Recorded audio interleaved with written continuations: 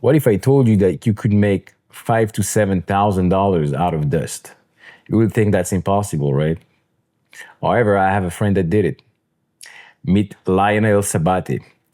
He's a French artist. At first, he was collecting dust in the subway for his art, and he ended up creating huge wolves made out of dust. So he's creating the frame of the wolf with metals, and then he glues the dust onto the metal. And he went on to to sell this piece of art for around 5,000 to 6,000 euro, or sometime more.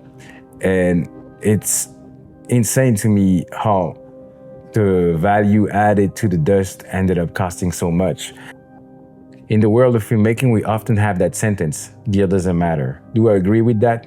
Yes and no. So obviously, when I look at the example of Lionel, you can, start from something raw and add value to that and make it something beautiful. So yeah, that is true into filmmaking as well. I will hit you with another quote.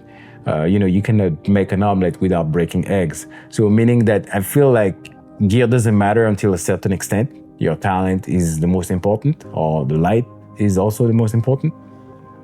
But until a certain moment where you are filming in like low light condition, or you are trying to accomplish certain things, then gear start to matter. But the reason why I'm saying that right now is that if you are starting, if your dream is to be a filmmaker, you can start right now. Let's say you don't have the money to have a RED or an ARRI or a high-end camera like that. You could start simply with your iPhone. By shooting with the Blackmagic app, you'll be able to shoot log, which will allow you to, put your own twist on the color, and you'll be able to grade your footage just like you will do with a cinema camera. I'm selecting color space transform, input color space. For the footage with the iPhone, you're gonna select Rec 2020. For the input gamma, you're gonna select Apple log.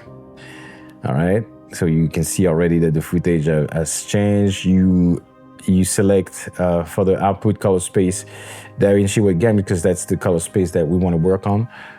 Output gamma DaVinci Intermediate, then input color space DaVinci White Gamut, input gamma DaVinci Intermediate, and then the delivery as usual will be in Rec 709. So Rec 709 gamma 2.4 or 2.2 depending on your screen. And as you can see already, you have a good starting point in which you can color.